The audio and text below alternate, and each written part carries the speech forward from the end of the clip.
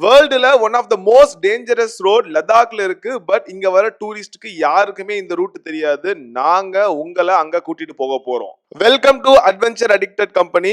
நாங்க normal tours and travels கிடையாது, ஒரு கோர் அட்வென்ச்சர் கம்பெனி.